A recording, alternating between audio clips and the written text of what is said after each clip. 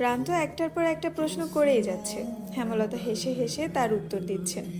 পদ্মজার হুট করে প্রান্তর থেকে চোখ সরে হেমলতার উপর পড়ে। মা হাসলে সন্তানদের বুকে যে আনন্দের ঢেউ ওঠে তা কি জানেন? পদ্মজার আদর্শ মা, সে তার মায়ের মতো হতে চায়। 5 দিন শেষ, শুটিং দলের মধ্যে খুব ব্যস্ততা, সব কিছু গুছানো হচ্ছে। 5 দিনের তাড়াহুড়ো করে শ্যুট শেষ করা হয়েছে। লিখন উঠানে চেয়ার নিয়ে বসে আছে। চিত্রা এসে তার পাশে বসলো। কাশির মতো শব্দ করলো লিখনের মনোযোগ পেতে। লিখন তাকালো, স্নান মুখে প্রশ্ন করলো, সব গুছানো শেষ? শেষ। তুমি তো কিছুই গুছাওনি। বিকেলে রওনা দেব। আমার আর কি আছে গুছানোর, দুপুরেই শেষ করে ফেলবো। মন খারাপ? লিখন কিছু বলল না। লাহারি ঘরের দিকে তাকালো, দৃষ্টিতে শূন্যতা, কিছু ফেলে যাওয়ার বেদনা, বুকের বাঁ পাশে চিনচিন করা ব্যথা। চিত্রা হাত ঘড়ি পড়তে পড়তে বলল, ছোট বোনের সমান বলে ঠোঁট বাঁকিয়েছিলে, এখন তার প্রেমেই পড়লে। লিখন কিছু বলল না, দীর্ঘ নিঃশ্বাস ছাড়ল। চিত্রা বলল, পদ্মজা কিন্তু অনেক বড়ই, আগামী মাসে ওর 17 বছর হবে শুনেছি। এই গ্রামে 17 বছর বয়সী অবিবাহিত মেয়ে হাতে গোনা কয়েকটা। পদ্মজার শ্রেণীর বেশিরভাগ মেয়ে বিবাহিত, আর খুব কম মেয়ে পড়ে। চিত্রার কথায় আগ্রহ করে লিখন বলল, তোমার বিয়েটা কবে হচ্ছে? বছরের শেষের দিকে, সব ঠিকঠাক থাকলে আর ভগবান চাইলে। কিছুক্ষণের মধ্যে সবাই ঢাকা রওনা দেবে। হেমলতা মোর্শেদ বিদায় দিতে এসেছেন। দলটার 3-4 জনের চরিত্রে সমস্যা থাকলেও বাকিরা খুব ভালো, হেমলতার সাথে মিশেছে খুব। নিজের বাড়ি মনে করে থেকেছে, বাড়ির দেখাশোনা করেছে। লিখন হেমলতার আড়ালে একটি সাহসিকতার কাজ করে ফেলল। ব্যস্ত পায়ে লাহারি ঘরে আসলো। বারান্দায় বসেছিল পদ্মজা। লিখনকে দেখে ভয়ে তার বুক কেঁপে উঠল।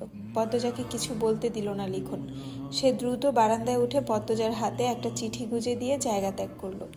পদ্মজা অনবরত কাঁপতে থাকে। পূর্ণা চৌকি থেকে ব্যাপারটা খেয়াল করেছে। সে হতভম্ব, ধীর পায়ে হেঁটে আসে। পদ্মজার সারা শরীর বেয়ে ঘাম ছুটছে। হিতাহিত জ্ঞান শূন্য হয়ে পড়ে। হাত থেকে চিঠি পড়ে যায়। পূর্ণা কুড়িয়ে নিল। পদ্মজার গলা শুকিয়ে কাঠ। হেমলতা এসে দেখেন পদ্মজা হাঁটু থুতনিতে ঠেকিয়ে বসে আছে। কেমন দেখাচ্ছে যেন। তিনি উদ্বিগ্ন হয়ে প্রশ্ন করলেন, পদ্ম, শরীর খারাপ? মায়ের কণ্ঠ শুনে পদ্মজা ভয় পেল।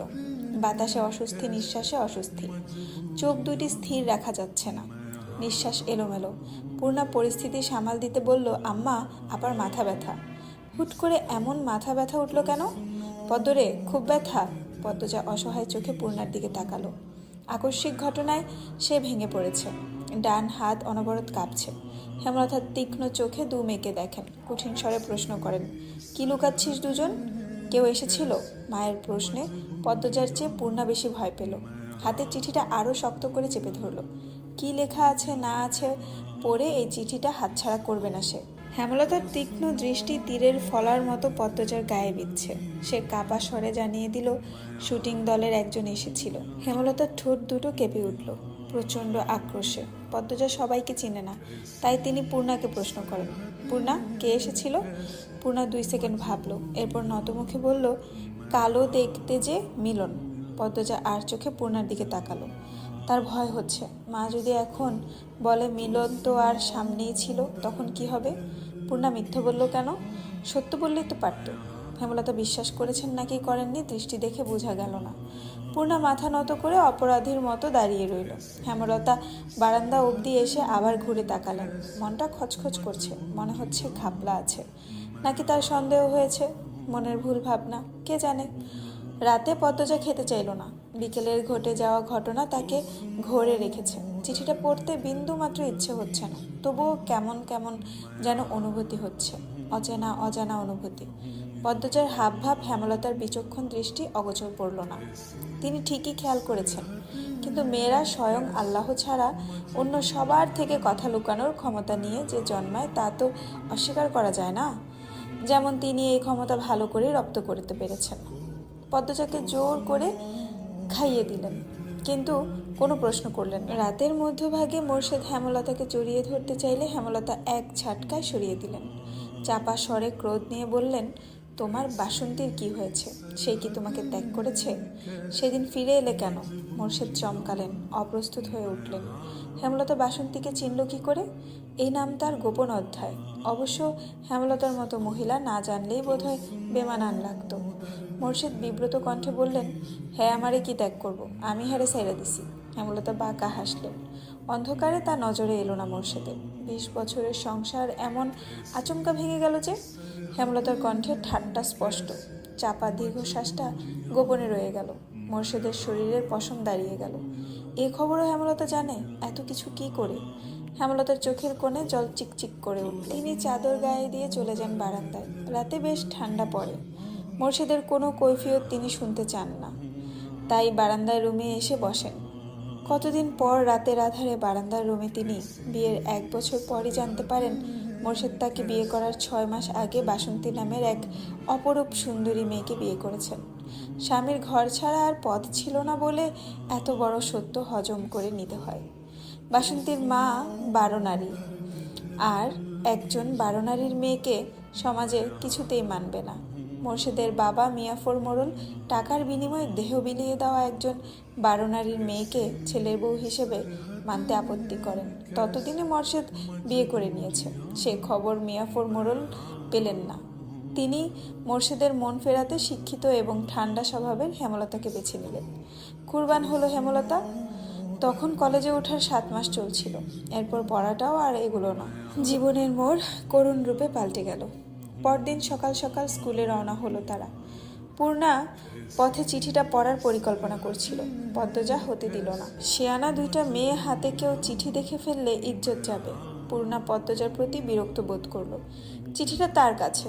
পথে নতুন করে পরিকল্পনা করলো সে ক্লাসে বইয়ের চিপায় রেখে চিঠি পড়বে। তাও হলো না। পরপর 2 দিন কেটে গেল। সুযোগ পেলেও পদ্মজা পড়তে দিতে চাইতো না। সারাক্ষণ হাতে যান নিয়ে যেন থাকে সে। এই বুঝি মা এলো। 2 দিন পর মোক্ষম সুযোগ পেল। হেমলতা বাপের বাড়ি গিয়েছেন প্রান্ত এবং প্রেমাকে নিয়ে। যদিও কয়েক মিনিটের পথ, দ্রুতই ফিরবেন। পদ্মজার চেয়ে পূর্ণার আগ্রহ বেশি। সে চিঠি খোলার অপেক্ষায় ছিল। আজ খুলতে গিয়ে মনে হলো যার চিঠি তার খোলা উচিত এবং আগে তার পড়া উচিত। তাই পদ্মজার দিকে চিঠি বাড়িয়ে দিল। পদ্মজা চিঠি খুলতে দেরি করছিল বলে পূর্ণা তাড়া দিল, এই আপা, খোল না, লজ্জা পাচ্ছ কেন? চিঠি এটা, কারো গায়ের কাপড় খুলতে বলছি না। পদ্মজা চমকে তাকালো, যেন পূর্ণা কাউকে খুন করার কথা বলছে। পদ্মজা বলল, কিসব কথা পূর্ণা? আচ্ছা মাফ চাই, আর বলবো না। পদ্মজা ভাঁজ করা সাদা কাগজটা মেলে ধরল। চোখের সামনে প্রথমেই বড় করে লেখা, প্রিয় পদ্মফুল। পূর্ণা পাশে এসে বসলো। দুজনের মনোযোগ চিঠিতে। প্রিয় পদ্মফুল, আমি ভেবে উঠতে পারছি না কিভাবে কি বলবো। আজ চলে যাব। ভাবতেই বুকের তোলপাড় চলছে। তার কারণ তুমি। যেদিন তোমাকে প্রথম দেখি থমকে গিয়েছিল নিঃশ্বাস, কণ্ঠনালী। এতটুকুও মিথ্যা বলিনি। সেদিন শুটিংয়ের সংলাপ বলতে গিয়ে ভুল করেছি বারবার। না চাইতেও বারবার চোখ ছুটে যাচ্ছিল লাহারি ঘরের দিকে। বুকে থাকা হৃৎপিণ্ডটায় শিরশিরে অনুভূতি শুরু হয় সেই প্রথম দেখা থেকেই। প্রতিটা ক্ষণ গুনেছি তোমাকে দ্বিতীয়বার দেখার আশায়। দ্বিতীয়বার দেখা পাই যখন বেগুন নিতে আসো। সেদিন কথা বলার লোভ সামলাতে পারিনি। টমেটোর অজুহাতে শ্রবণ করি পদ্মফুলের কণ্ঠ। মনে হচ্ছিল এমন ঋণ ঋণে গলার স্বর আর শুনিনি। রাতের ঘুম আড়ি করে বসে। তোমায় প্রতিনিয়ত দেখার একমাত্র পন্থা তোমার স্কুল। সবার অগোচরে কতবার তোমার পিছু নিয়েছি। তুমি বোকা, ধরতেও পারোনি একবারও। সুন্দরীরা বোকা হয়, আবার প্রমাণ হলো। এই রাগ করবে না, বোকা বলেছি বলে। জানতে পারি তোমার মায়ের ইচ্ছে তুমি অনেক পড়বে। অনেক উঁচু বংশ থেকে বিয়ের প্রস্তাব এসেছে, তাও তিনি ফিরিয়ে দিয়েছেন। সেখানে আমি অতি সামান্য, তবুও সাহস করে তোমার বাবার কাছে বিয়ের প্রস্তাব দেই। পদ্মফুলটাকে যে আমার চাই, তিনি রাজি হননি। নায়কের সাথে আত্মীয়তা করবেন না, আর বললেন তোমার অনেক পড়া বাকি। তোমার মা কিছুতেই রাজি হবেন না। আহত মনে 2 পা পিছিয়ে আসি। ভেবেছি তোমার কলেজের পড়া শেষ হলে পরিবার নিয়ে বিয়ের প্রস্তাব নিয়ে আসব। তোমার মা সম্পর্কে যা জেনেছি, বুঝেছি, তাতে এতটুকু বিশ্বাস আছে তিনি নায়ক বলে আমাকে এড়াবেন না। তিনি বিচক্ষণ মস্তিষ্কের মানুষ। আমি তোমায় ভালোবাসি পদ্মফুল। ইতি লিখন শাহ।